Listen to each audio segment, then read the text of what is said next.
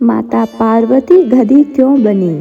एक समय की बात है जब संपूर्ण सृष्टि में भगवान शिव की महिमा का गुणगान हो रहा था। कैलाश पर्वत पर महादेव स्थानरत थे और माता पार्वती उनकी सेवा में लीन थी। माता पार्वती साक्षात आदि शक्ति थी, वही शक्ति जिनसे स्वयं शिव भी पूर्ण होते हैं। परंतु लीला के नियम बड़े गुण होते हैं। जहाँ ईश्वर होते हैं वहाँ केवल शक्ति ही नहीं, परीक्षा भी होती है। एक दिन माता पार्वती के मन में एक सूक्ष्म भाव उत्पन्न हुआ। वह भाव अहंकार का नहीं था, वह अपने तप, अपने त्याग और अपने अधिकार का सूक्ष्म गर्व अवश्य था। माता सोचने लगी, मैं ही तो वह शक्ति हूँ जिसके बिना शिव भी शिव नहीं।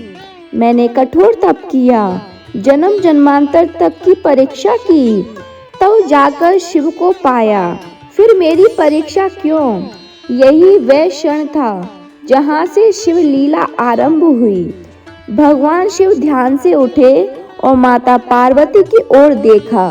उनकी दृष्टि केवल देखने की नहीं थी, वह अंतर्मन पढ़ लेने वाली दृष्टि थी। शिव समझ गए। उन्होंने कुछ कहा नहीं, केवल मुस्कुराए, वही मुस्कान जो वरदान भी होती है और दंड भी।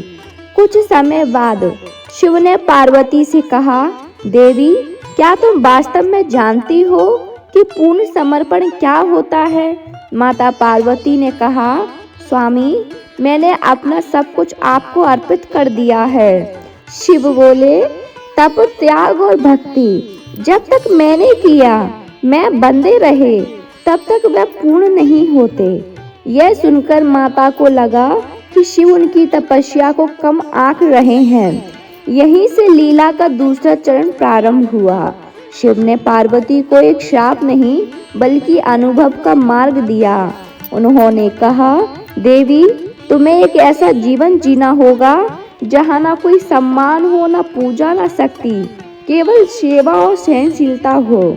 क्षण भर में माता पार्वती की चेतना को एक ऐसे शरीर में भेज दिया गया जिसे समाज तुच्छ समझता है। गधी का शरीर, यह कोई दंड नहीं था, यह अहंकार के सूक्ष्म आवरण को तोड़ने की प्रक्रिया थी। गधी के रूप में माता पार्वती को एक धोबी के घर जन्म मिला। दिन रात भार ढोना, अपमान सहना, भूख प्यास सहना, पर माता के मुख से कभी कोई शिकायत नहीं निकली। यही शिव चाहते थे, बिना प्रश्न के सहनशीलता। समय बीतता गया। एक दिन वही गधी जो कभी आदि शक्ति थी, शिव के मंदिर के पास से गुजरी। मंदिर में रुद्राभिषेक हो रहा था। जैसे ही ओम नमः शिवाय का उच्चारण हुआ, गधी की आंखों से आंसू धारा बहने लगी। वह न बोल सकी, न नमस्तक हो सकी, पर उसका अंतर्मन शिव में लीन हो गया। उसी क्षण कैलाश में शिव की आंख खुली। शिव बोले, अब अहंकार नहीं, अब केवल भक्ति बची है। क्षण भर में गधी का शरीर छूट गया और माता पार्वती पुनः अपने दिव्य स्वरूप में प्रकट हुई। शिव ने उन्हें हृदय से लगाया और कहा, देवी, अब तुम केवल मेरी अर्धांगिनी नहीं बल्कि समर्पण की मूर्ति हो। यही कारण है भक्तों कि माता पार्वती को सहनशीलता, त्याग और मौन शक्ति का प्रतीक माना जाता है।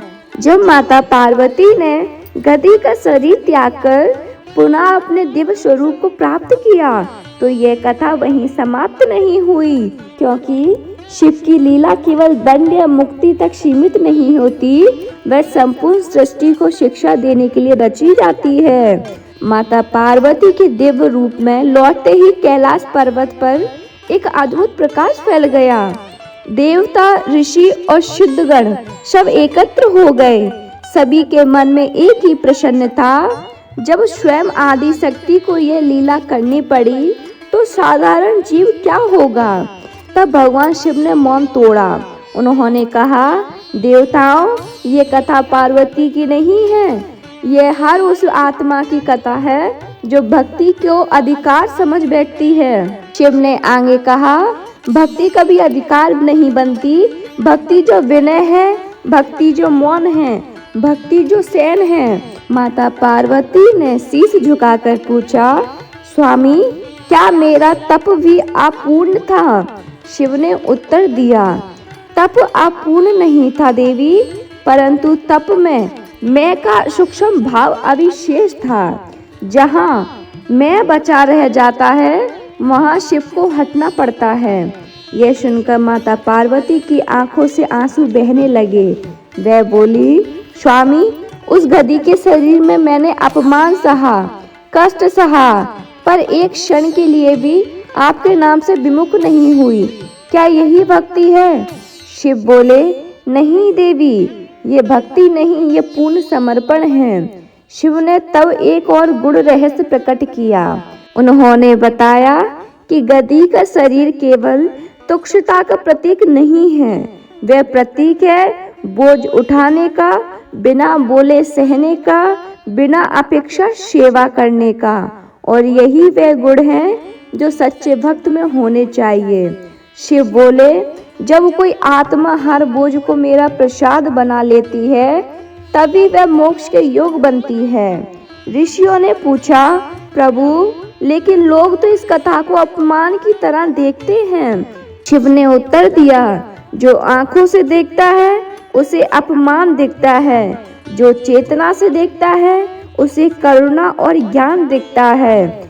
इसके बाद शिव ने एक और रहस्य बताया जो बहुत कम लोग जानते हैं। उन्होंने कहा कि गधी के रूप में माता पार्वती ने केवल एक जन्म नहीं जिया, बल्कि उस रूप में उन्होंने सभी स्त्रियों, सभी तिरस्कृत आत्माओं, सभी मौन सहने वालों का प्रतिनिधित्व किया।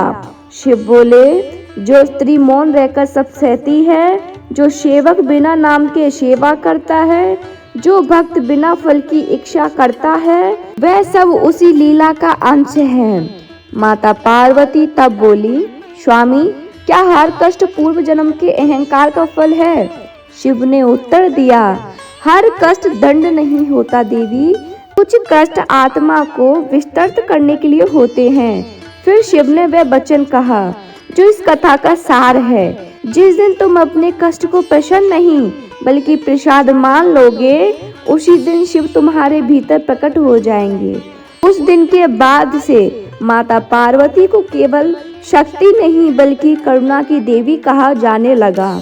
उनकी पूजा केवल सौंदर्य के लिए नहीं बल्कि सहनशीलता और धैर्य के लिए होने लगी।